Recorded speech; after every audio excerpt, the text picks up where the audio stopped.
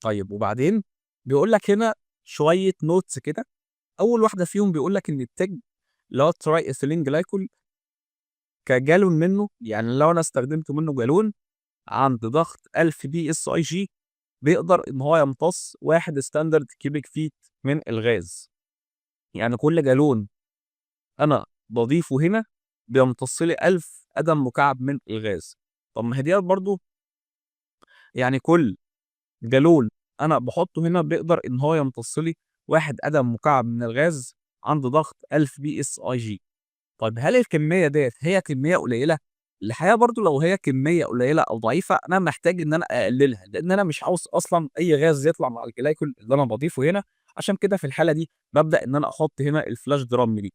الflash drum ديّة أنا باستخدمها بحيث إن أي غاز بدأ إن هو يدوب في الجلايكول أو يمشي معاه، فالغاز ده بيحصل له flashing عن طريق الflash drum دي، نتيجة إن أنا لمّا باسخّن الجلايكول نفسه اللي هو الrich وبادخّله هنا، بيبدأ إن الغاز يطلع من الجلايكول نفسه، يبدأ إن هو يتحرر ويحصل له flashing برّه الflash drum دي. طبعًا هو بيقول لك إن وجود aromatic hydrocarbon موجودة بيساعد على الabsorption، لإن الجلايكول بيميل إن هو يدوّب المركبات الأروماتية، ماشي؟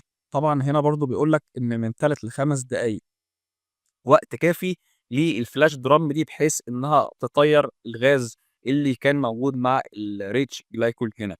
طبعًا الhigh hydrocarbon content في الجلايكول ممكن يؤدي إلى إن ممكن يحصل foam أو losses للجلايكول، يعني أنا دلوقتي ما ينفعش يكون عندي نسبة هيدروكربون موجودة في الجلايكول اللي أنا باستخدمه، لإن ده هيقلل من الefficiency بتاعة الdehydration بتاعته.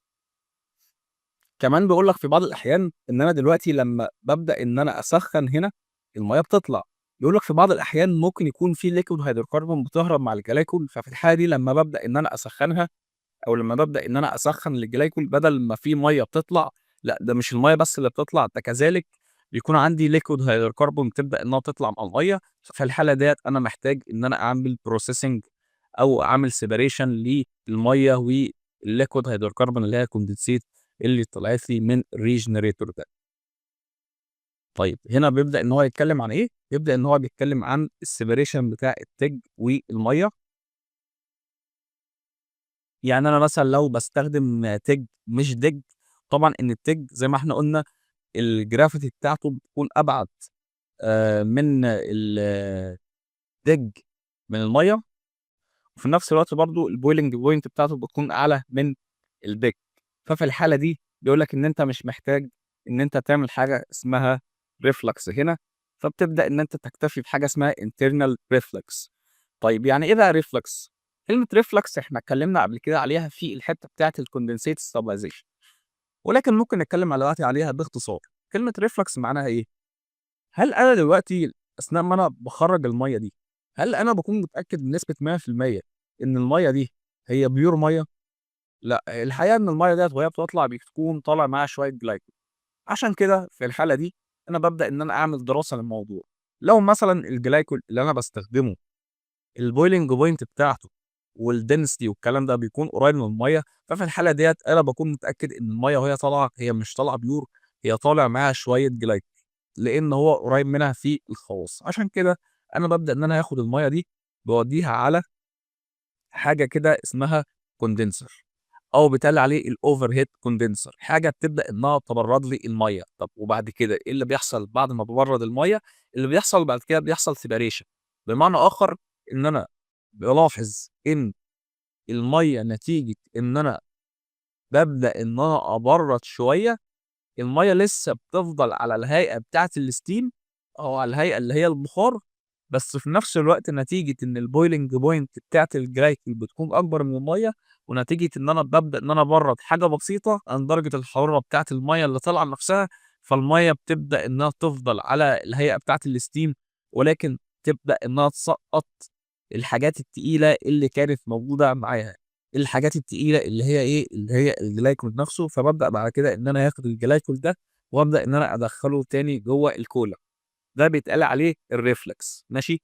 الحركة دي نفسها بيتقال عليها الreflux اللي هو إيه، اللي هو أنا خدت مَيّة ورجّعت الجزء اللي هو كانت شايلاه، الجزء اللي هو كانت شايلاه اللي هو إيه، اللي هو الجلايكول اللي هي كانت شايلاه، رجعته تاني لغايه السيستم. طب ده فادني في ايه؟ لا ده فادني في حاجات كتيره. اول حاجه انا رجعت الكميه بتاعه الجلايكول اللي انا كنت هفقدها، ديت حاجه. الحاجه التانيه ان الجلايكول وهو راجع بيكون راجع بدرجه حراره اقل شويه، فانا بستغل البروده اللي موجوده في الجلايكول اللي هو راجع هنا، بحيث ان هو يبقى يعمل ايه؟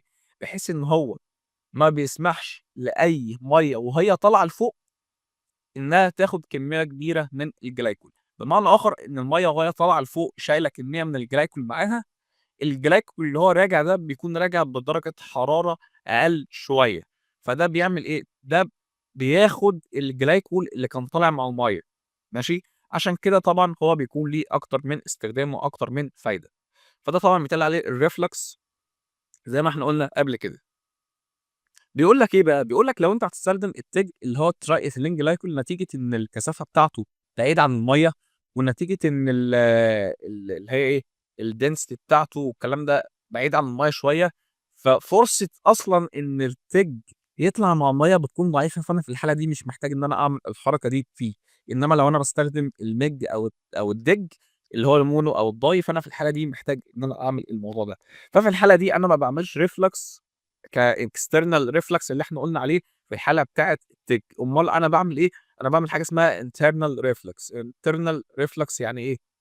يعني أنا باعمل تبريد داخلي، يعني ما بابردش برّه وبارجّع تاني، لأ أنا باخلّي في coil هنا، الcoil اللي موجود هنا ده هو عبارة عن إيه؟ عبارة عن مجموعة مواسير، بادخّل فيها الrich glycol، ولكن هو الrich glycol هو ما دخلش جوّه الcolumn هنا في الحتّة دي، لأ هو بس خَد من السخونة بتاعة الcolumn وبدأ إن هو يبرّد الجزء بتاع المَيّة اللي هو طالع لفوق، فأنا استخدمته كreflux.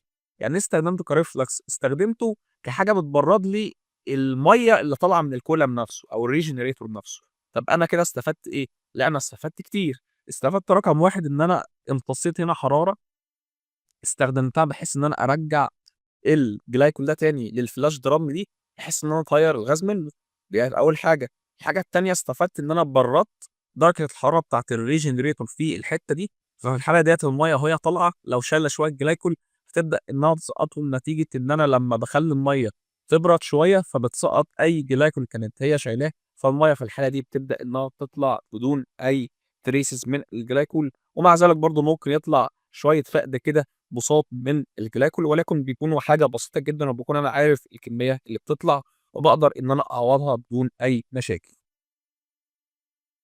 هنا بيقول لك إن الseparation بتاع الdiethylene glycol والwater بيكون أصعب، وده طبعًا نتيجة زي ما إحنا قُلنا إن الdiethylene glycol والمَيّة الفرق الكثافة وفرق الboiling point بينهم وبين بعض بيكونوا أقل من المَيّة والتلج زي ما إحنا قُلنا قبل كده. طبعًا دي الرسمة اللي هو بيبدأ إن هو يستخدمها عشان يقول لك هو أنا لو استخدمت concentration معيّن من الجلايكول عند contactor temperature معيّنة، يا ترى أنا هانزل بيه الdew point لغاية كام؟ طبعًا الشكل ده هو عبارة عن شكل typical كده، يعني ممكن يختلف بناءً على النظام بتاعي، يا ترى أنا هاستخدم أنهي نوع من أنواع الجلايكول، يا ترى أنا عندي غاز مثلًا نسبة المَيّة اللي فيه قد إيه والكلام ده. فطبعًا هو هنا بيقول لك إن أنت دلوقتي لو استخدمت concentration مثلًا معيّن من الجلايكول مثلًا من 99% بيبدأ التركيز طول ما أنا طالع كده إن هو يبدأ إن هو يقل، فهو بيقول لك إيه بقى هنا إيه، بيقول لك لو أنت ابتديت إن أنت تستخدم الجلايكول ده مثلًا ودخّلته على الغاز في الcontactor بدرجة حرارة مثلًا 100 فهرنهايت، فلو أنت بتستخدم جلايكول التركيز بتاعه 99%، فأنت ممكن تقلل الdew point تخلّيها -80 فهرنهايت، طبعًا درجة حرارة قليلة جدًا. طيب عايزين بقى نسأل سؤال تاني، هل أنا لمّا هاقلل التركيز هاحصل على dew point أقل والّا أكبر؟ لأ طبعًا لمّا أنت هتقلل التركيز معنى كده إن أنت مش هتقلل الdew point أكتر من كده، معنى كده إن أنت هتقلل الdew point ولكن بقيمة أكبر من كده، وزي ما إحنا شايفين طبعًا لمّا هابدأ إن أنا هاطلع لفوق، فالتركيز نفسه بتاع الجلايكول بيبدأ إن هو يقل، وفي نفس الوقت طبعًا الdew point برضه بتبدأ إنها تقل، زي ما إحنا شايفين طول ما أنا طالع لفوق كده الconcentration بتاع الجلايكول اللي أنا باستخدمه بيبدأ إن هو يقل، والdew point اللي أنا باحققها بتبدأ إنها تقل زي ما إحنا شايفين في الشكل اللي موجود قدامنا ده، وده معناه إن أنا كل ما هادخّل concentration عالي من الجلايكول على الغاز بتاعي، فأنا في الحالة دي باقلل الdew point بتاعته بشكل أكبر. كذلك برضه لو أنا خلّيت الcontact temperature ما بين الغاز والglycol تكون قليلة أكتر، ده بيحقق لي dew point temperature تكون أقل، وده طبعًا نتيجة إن أنا لمّا هابرّد الغاز أكتر أو لمّا هابرّد الglycol أكتر، لمّا يحصل ما بينه وما بين الغاز contact عند درجة حرارة أقل، ده بيخلّيه يمتص مَيّة أكتر.